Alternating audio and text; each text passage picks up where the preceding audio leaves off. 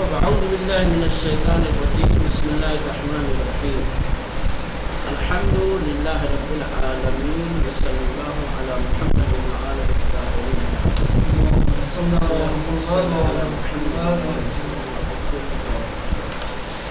چلے گفتگو چل رہی تھی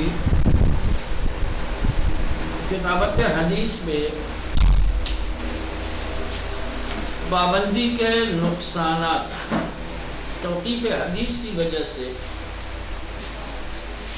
جو ضرر اور نقصان ہوا ہے اس کے سلسلے میں کل ایک بڑا نقصان ذکر کیا تھا، اور وہ بڑا نقصان یہ تھا کہ کتابت حدیث میں پابندی کی وجہ سے حدیث کا ایک بڑا ذخیرہ ضائع ہو گیا. اگر حدیثیں تحریر کی گئی ہوتی، تدوین کی گئی ہوتی تو وہ حدیثیں آج ہمارے پاس ہوتی ہیں، لیکن حدیث میں پابندی کی وجہ سے وہ حدیثیں ضائع ہو گئی. دوسرا نقصان جو ہوا وہ جعل حدیث، یہ ایک بہت بڑا نقصان ہوا. وہ جو حدیثیں ضائع ہو گئی اس سے بڑا نقصان ہے جعل حدیث کا. حدیثیں گڑنے کا ایک بازار گرم ہو گیا، رواج پیدا ہو گیا. لوگ جھوٹی حدیثیں نبی کی جانب منسوب کرنے لگے. غلط سلط حدیثیں جو ہے گڑ گڑ کے بنا کے،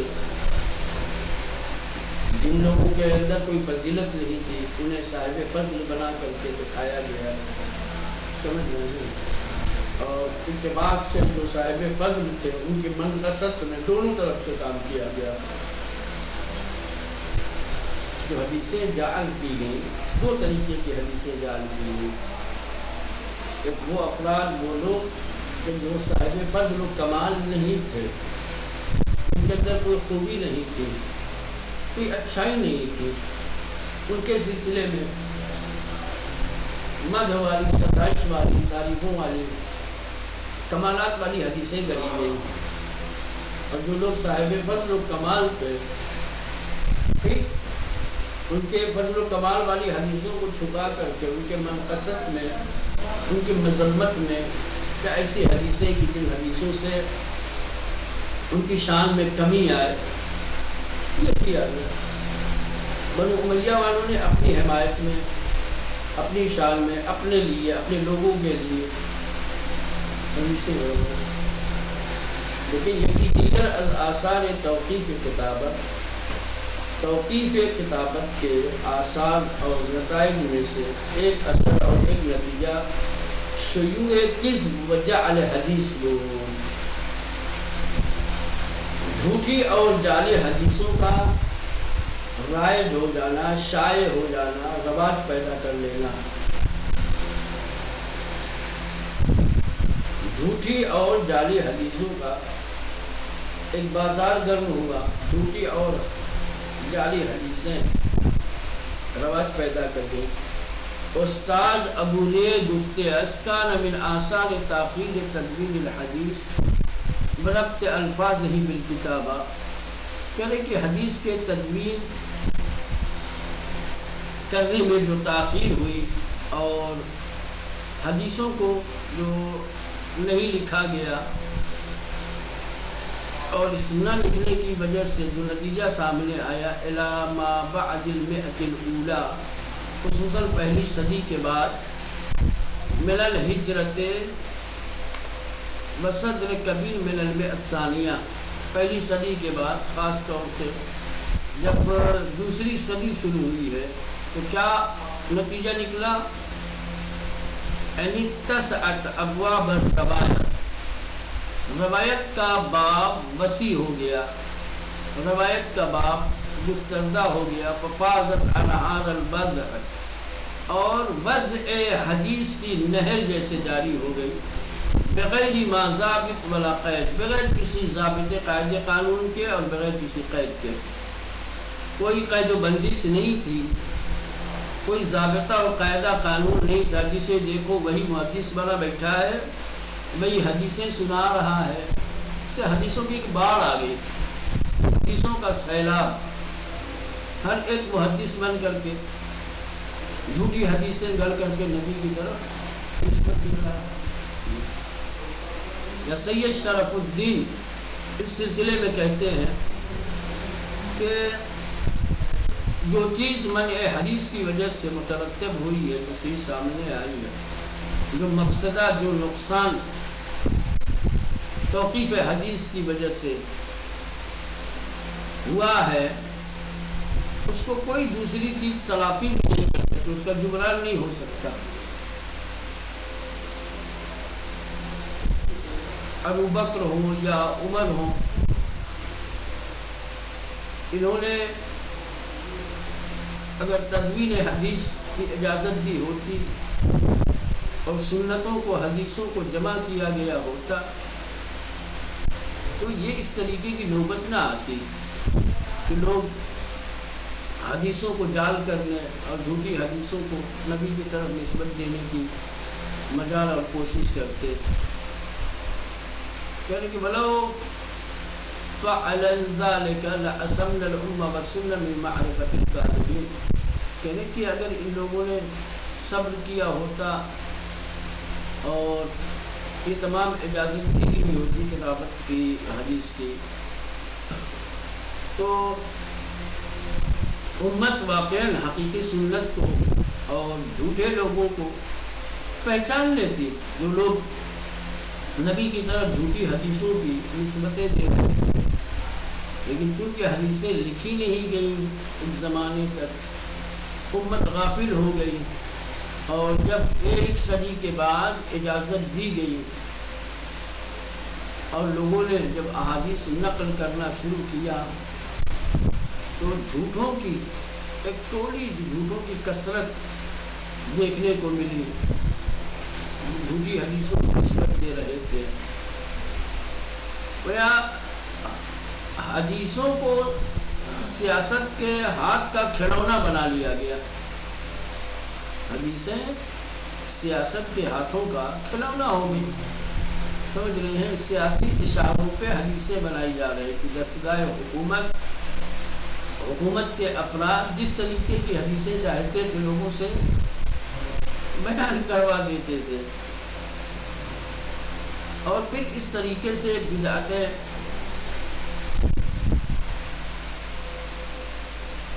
خاص طور سے یہ حدیثوں کے اندر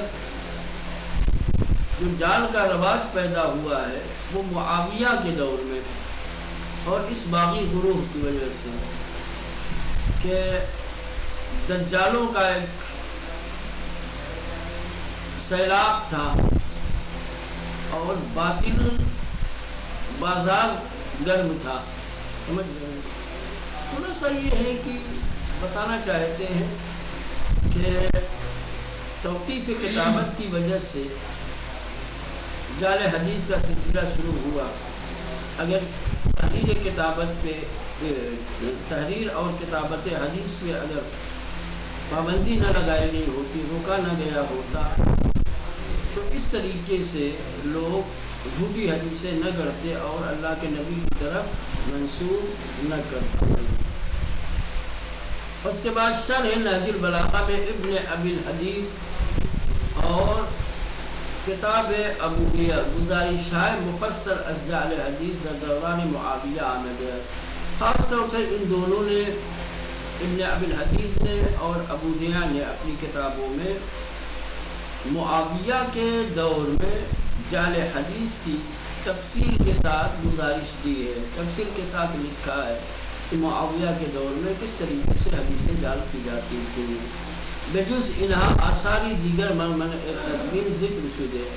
ان باتوں کے علاوہ دوسرے آثار، دوسری کتابیں ہیں جو منع تدوین کے اوپر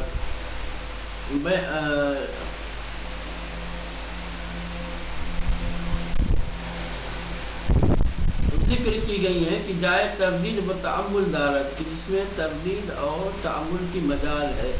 از اندو از ذکر آن صرف نظر میں شبت، کہتے ہیں کہ ہم اس کو یہاں پہ ذکر نہیں کریں گے، اس سے چشم پوشی کر کے آگے بڑھتے ہیں. بہرصورت تو یہ دو اہم نقصانات، دو اہم خسارے جو منع کتابت حدیث کی وجہ سے وجود میں آئے، وہ آپ نے دیکھا کہ حدیث کا ایک بڑا ذخیرہ ضائع ہو گیا، دوسرے جعل حدیث کا سلسلہ شروع ہو گیا اور غلط سلط حدیثیں نبی کی طرف منسوخ کی گئی۔ اب یہ تیسرا حصہ حدیث کے سلسلے میں ادبار حدیث شیعہ کی حدیثوں کا دور کب سے شروع ہوتا ہے۔ ظاہر سی بات ہے، آپ نے دیکھا ہے ہمارے مسلک میں کتابت حدیث میں کبھی پابندی لگی ہی نہیں، لہذا ہم اگر اپنی حدیثوں کا دور دیکھیں گے تو ہمارے یہاں کتابت حدیث کا سلسلہ عصر پیغمبر سے ہی آپ کو مل جائے گا، اور عصر پیغمبر کے بعد سے کبھی بھی حدیث کی تدوین کا سلسلہ متوقف نہیں رہا ہے، سمجھے؟ لہذا ہم دعوے کے ساتھ یہ کہہ سکتے ہیں اور پورے وثوق اور اطمینان کے ساتھ کہ تشیع کے یہاں تدوین حدیث کا سلسلہ عصر پیغمبر سے رہا ہے۔ یہ ہمارا ایک امتیاز ہے، اہل سنت کے یہاں ایسا نہیں ہے، کیونکہ ان کے یہاں تقریباً 100 سالوں تک کتابت حدیث کا سلسلہ متوقف رہا، اس پر پابندی رہی ہے۔ ادوار حدیث شیعہ کی حدیث کے ادوار یعنی زمانہ، دوران رسول خدا، دوران مشترک حدیث میان شیعہ و اہل سنت، یعنی کہ نبی کریم کا زمانہ شیعہ اور اہل سنت دونوں کے لیے حدیث کا مشترک زمانہ ہے، یعنی عصر پیغمبر میں شیعہ بھی اور اہل سنت، اولا اس زمانے میں شیعہ سنی تو تھے نہیں، ہاں کچھ خاص افراد تھے جنہیں خود رسول خدا شیعہ کہا کرتے تھے، سمجھ لیں، یا اصحاب پیغمبر شیعہ امیر المومنین یا شیعہ علی کہتے تھے، لیکن یہ ہے کہ عصر پیغمبر میں حدیث کے حوالے سے، حدیث کے سلسلے میں شیعہ اور سنی دونوں شریک رہے ہیں، دونوں کے لیے یہ مشترک زمانہ رہا ہے۔ زمانے پیغمبر حدیث کے اعتبار سے کسی کے لیے خاص نہیں ہے، مشترک رہا ہے۔ در اس زمان چنان کی یاد شد، اس زمانے میں، اس دوران یعنی نبی کریم کے زمانے میں، جیسا کہ بیان کیا گیا، حدیث مورد توجہ بود، حدیث کی طرف خاص توجہ تھی، صحابہ رسول خدا بحفظ و کتابت عن اہتمام می‌ورزیدند، اور نبی کریم کے اصحاب حدیث کی کتابت اور حدیث کی یادگیری کے سلسلے میں خاص اہتمام کرتے تھے۔ اصحاب پیغمبر حدیث کو یاد بھی کرتے تھے اور لکھتے بھی تھے۔ کسان بسیاری صاحب نسخے و صحیفے بودند، اور بہت سارے افراد عصر پیغمبر میں حدیث کا نسخہ رکھتے تھے، حدیث کی کتاب رکھتے تھے، ان کے پاس صحیفہ جس کے اندر احادیث پیغمبر تحریر کی لکھی ہوئی تھی۔ پس از ان دور مشترک، اب یہ تو عصر پیغمبر ہو گیا شیعہ و سنی کے لیے مشترک زمانہ، لیکن اس مشترک زمانے کے بعد باید ادوار حدیثہ درمیان شیعہ و اہل سنت جدا بررسی کر، اس کے بعد شیعہ اور سنی کے ادوار حدیث کو الگ الگ طریقے سے بیان کرنا چاہیے، اس لیے کہ مشترک نہیں ہے کہ ایک ہی ساتھ دونوں کے کارکردگی اور دونوں کے ادوار کو ذکر کیا جائے، کیونکہ اب یہاں سے عصر پیغمبر کے بعد سے حدیث کے سلسلے میں شیعہ اور سنی میں ایک بڑا اختلاف کتابت حدیث پر پابندی کی وجہ سے وجود میں آئے، لہذا ہر ایک کی اپنی اپنی خصوصیت ہے۔ عصر پیغمبر کے بعد در بیان ہر دورے، ہر زمانے اور ہر دور کے بیان میں باید از کتابت و تدوین، چگونگی نشر حدیث، راہائے فراگیری چند باتیں ذکر کی جائیں گی۔ ایک کتابت و تدوین، کس طریقے سے حدیث نشر کی گئی، لوگوں تک پہنچائی گئی، کس طریقے سے لوگ حدیثوں کو یاد کرتے تھے، تعداد راویوں کی تعداد کیا تھی، سفرہا برائے اخذ حدیث، جن لوگوں نے حدیث دریافت کرنے کے لیے حدیث کی جستجو میں سفر کیے ہیں، و بسیاری از مباحث دیگر، اور اس کے علاوہ اور بھی حدیث سے مربوط دوسری بحثیں سخن گفت، ان کے بارے میں گفتگو کی جا سکتی ہے.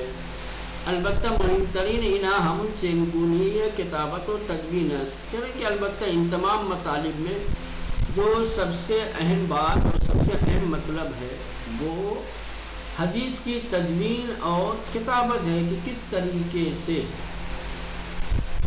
عصر پیغمبر کے بعد والے زمانے میں حدیثوں کو تدوین کیا گیا، کس طریقے سے حدیثوں کو جمع کیا گیا، لکھا گیا.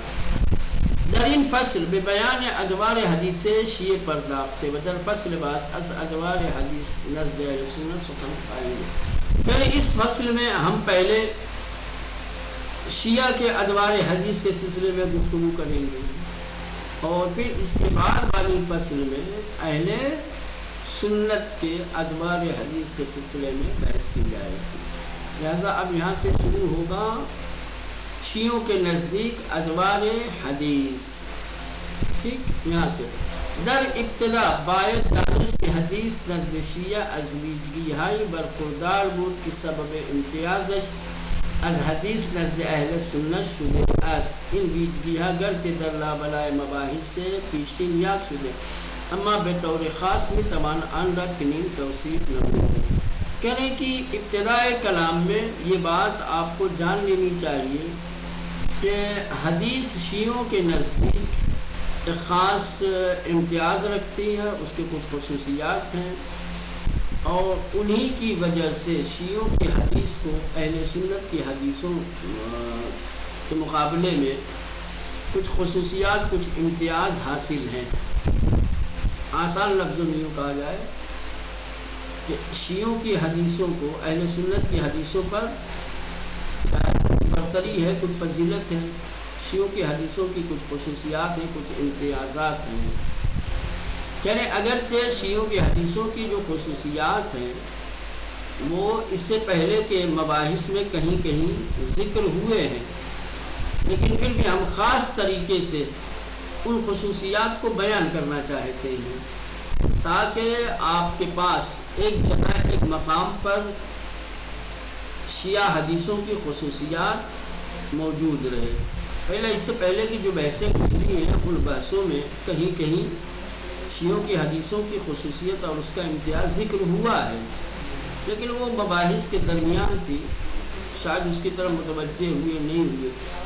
یہ ایک خلاصے کے طور پہ ایک جگہ پہ، ایک مقام پر شیعہ حدیثوں کی خصوصیات اور امتیازات کو ذکر کرنا چاہتے ہیں. نمبر 1،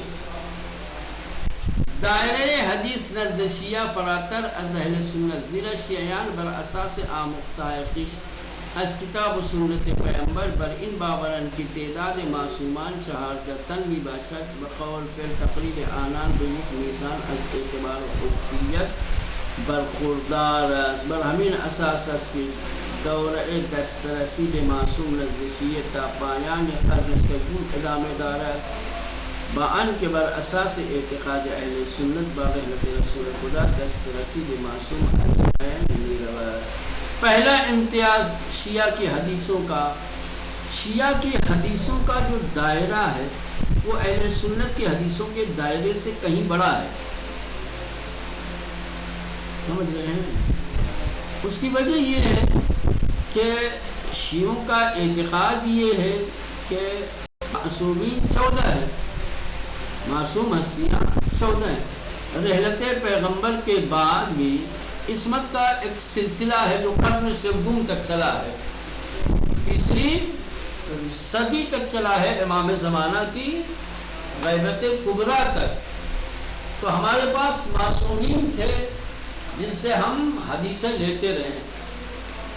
جس طریقے سے ہمارے لیے قرآن، سنت پیغمبر حجیت رکھتے ہیں، اسی طریقے سے ہر معصوم کا قول و فعل اور اس کی تقریر حجیت کے اعتبار سے قرآن میں، سنت پیغمبر میں اور سنت معصومین میں کوئی فرق نہیں ہے.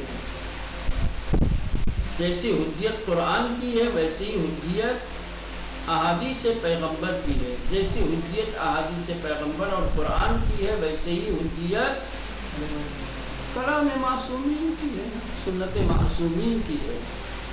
لیکن اہل سنت کے ہاں چونکہ ان کے عقیدے کے مطابق معصوم صرف ذات پیغمبر ہے، لہذا اب رحلت پیغمبر کے بعد سلسلہ عصمت ختم ہو گیا۔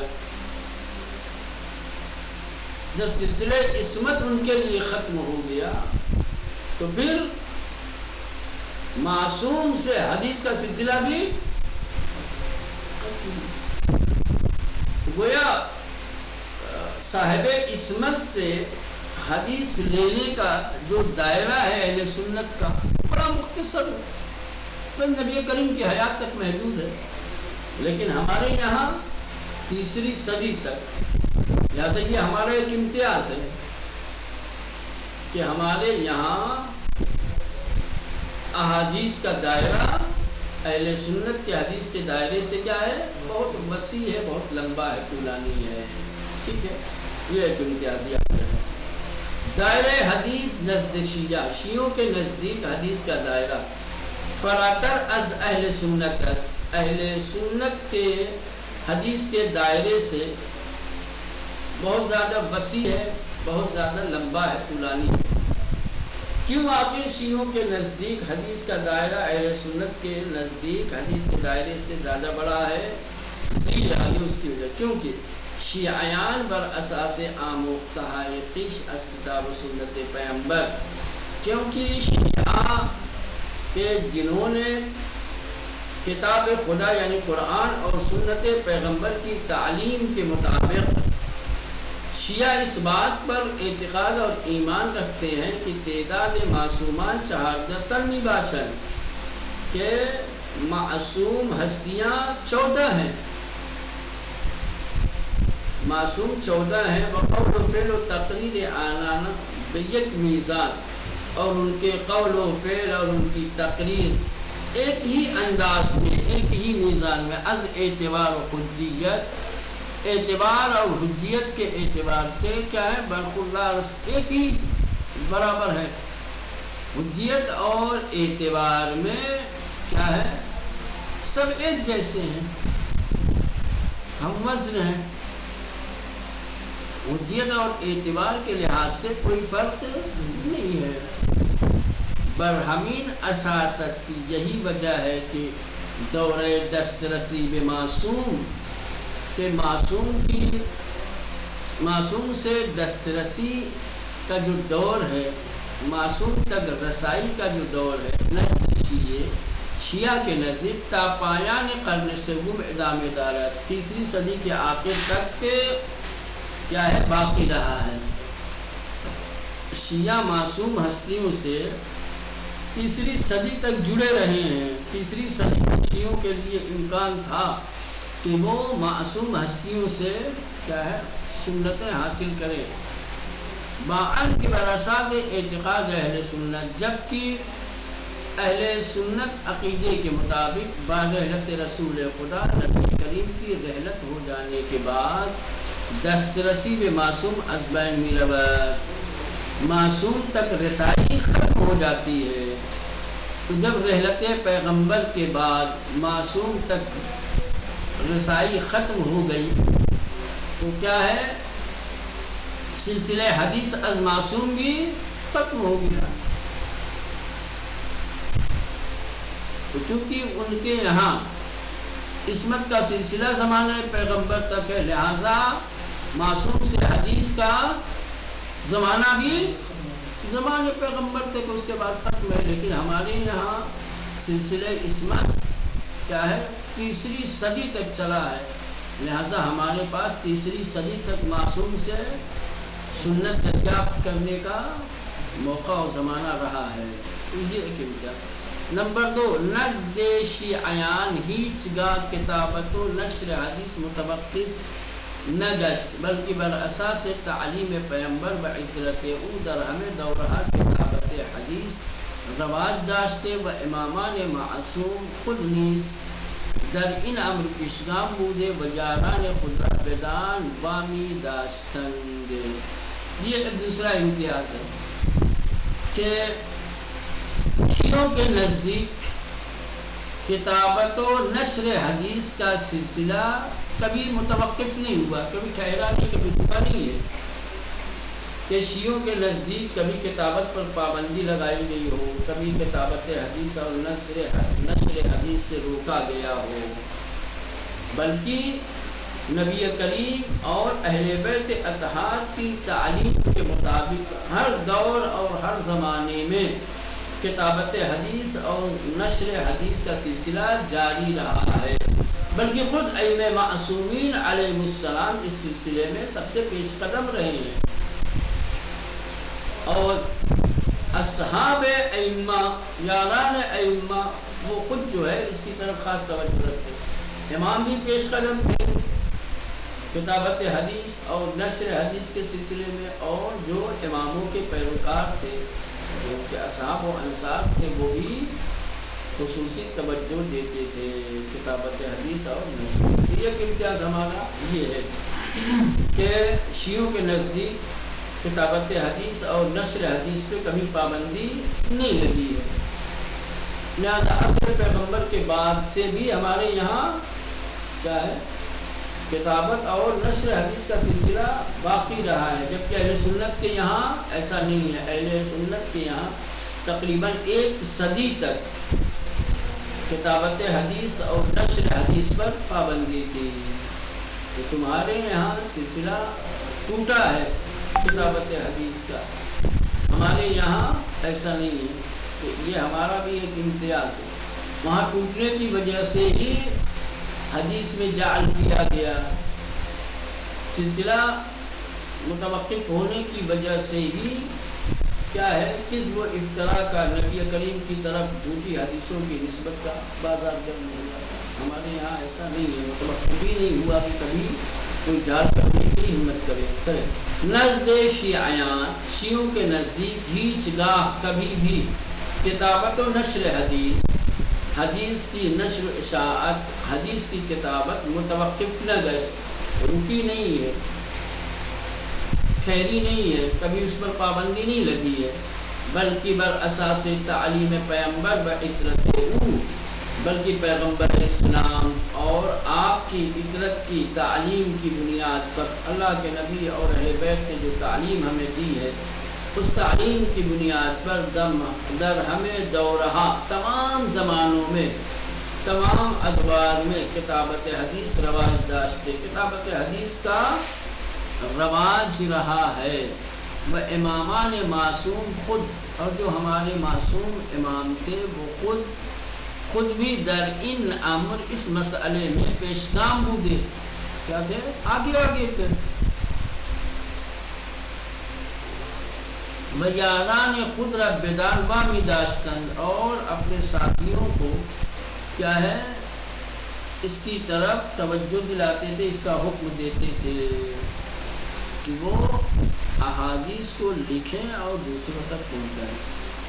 حدیث شیعہ سے مرحلے را پشت سے سر گزار دے، کہہ رہے کہ شیعہ کی حدیث نے 3 مرحلے گزارے ہیں، 3 مرحلوں سے گزرنا پڑا ہے حدیث شیعہ کو، وہ امروزہ وارد مرحلے 4 شدے، اور آج کے دور میں شیعوں کی حدیث 4تھے مرحلے تک پہنچ چکی ہے، اور وہ مراحل یہ ہیں، یہ ان کو بھی ذہن نشین کرنے، یاد کرنے۔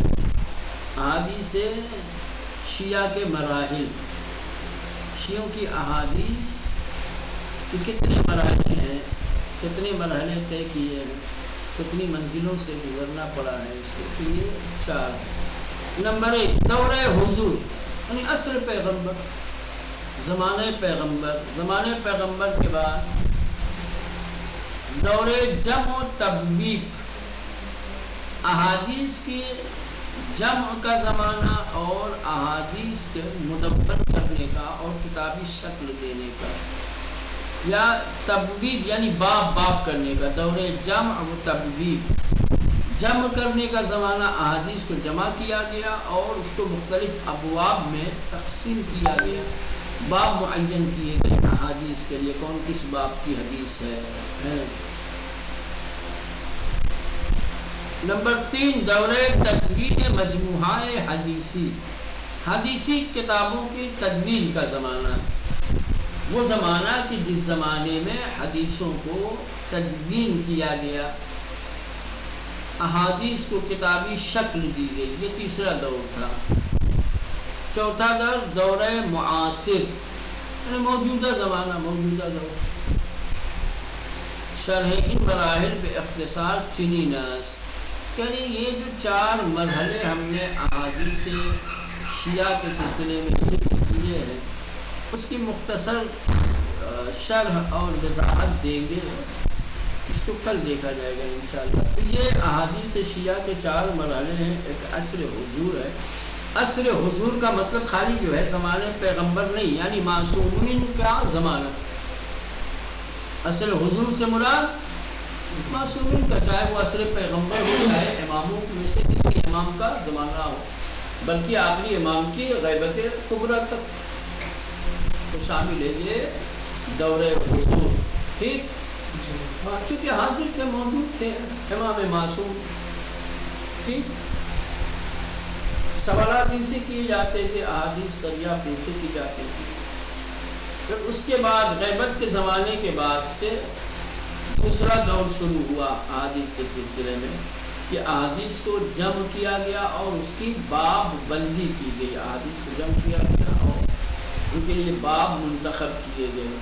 پھر تیسرا دور آیا جس میں جمع کی گئی حدیثوں کو کتابی شکل دی گئی، کتابوں کی صورت میں احادیث کو پیش کیا گیا۔